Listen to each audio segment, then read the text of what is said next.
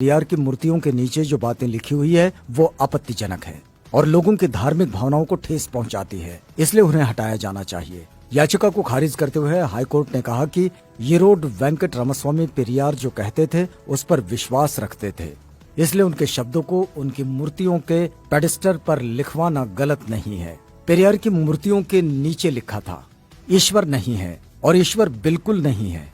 जिसने ईश्वर को रचा वो बेवकूफ है, जो ईश्वर का प्रचार करता है वो दुष्ट है और जो ईश्वर की पूजा करता है वो बर्बर है।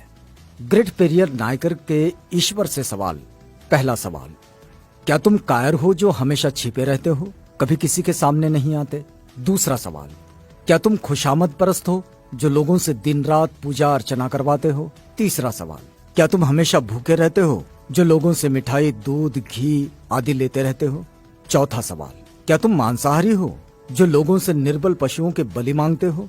पांचवा सवाल, क्या तुम सोने के व्यापारी हो जो मंदिरों में लाखों टन सोना दबाए बैठे हो? छठा सवाल, क्या तुम व्यभिचारी हो जो मंदिरों में देवदासियां रखते हो? सातवां सवाल, क्या तुम कमजोर हो जो हर रोज होने वाले बलात्कारों को नहीं रोक पाते?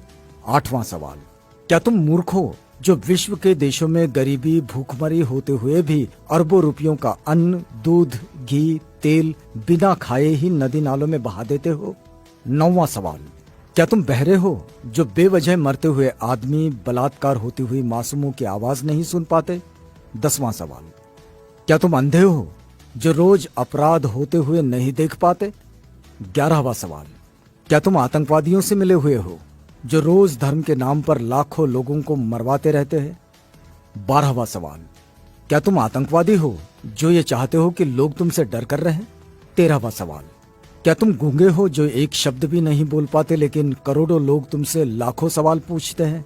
14वां सवाल, क्या तुम भ्रष्टाचारी हो जो गरीबों को कभी कुछ नहीं देते जबकि गरीब पशुवत काम करके कमाए गए पैसों का कतरा कतरा तुम्हारे ऊपर न्यौछावर कर देते हैं? 15वां सवाल, क्या तुम मूर्ख हो कि हम जैसे नास्तिकों को पैदा किया जो तुम्हें खरी खोटी सुनाते रहते हैं और तुम्हारे अस्तित्व को ही नकारते हैं? 5 मिनट का समय निकालकर जरूर पढ़ो भगवान के कारनामे। नास्तिक होना कोई आसान नहीं। कोई भी नासमझ इंसान ईश्वर के अस्तित्व को मानकर फ्री हो जाता है, उसके लिए उसे बुद्धि की जरूरत नहीं होती, लेकिन नास्तिक होने के लिए दृढ़ विश्वास और साहस की जरूरत होती है। ऐसी योग्यता उन लोगों के पास होती है जिनके पास प्रखर तर्क बुद्धि होती है। अंधश्रद्धा ऐसा केमिकल है जो इंसान को मूर्ख बनाने में काम आता है। पेरियार E.V. रामास्वामी। आप देख सकते हैं हिंदू धर्म का विचित्र इतिहास। पेरियार लिखते हैं, मंदोदरी मेंढकी से पैदा हुई थी, श्रृंगी ऋषि हिरनी से पैदा हुए थे, सीता मटकी से पैदा हुई थी, गणेश अपनी मां के मैल से पैदा हुए थे, हनुमान के पिता पवन कान से पैदा हुए थे, हनुमान का पुत्र मकरध्वज था जो मछली के मुख से पैदा हुआ था, मनु सूर्य के पुत्र थे, उनको छींक आने पर एक लड़का नाक से पैदा हुआ था, राजा दशरथ की 3 रानियों के 4 पुत्र जो फलों की खीर खाने से पैदा हुए थे, सूर्य कर्ण का पिता था। भला सूर्य संतान कैसे पैदा कर सकता है? वो तो आग का गोला है। ब्रह्मा ने तो 4 वर्ण यहाँ वहां से निकाले, हद है।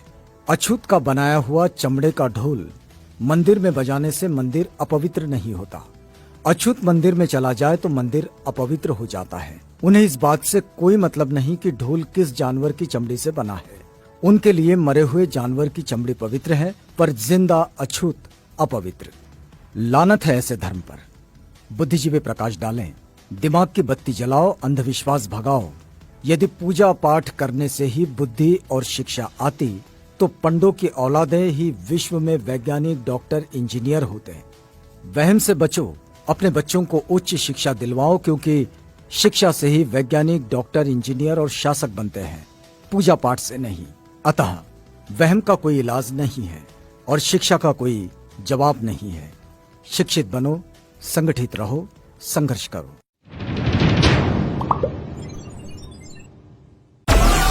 Download Moj.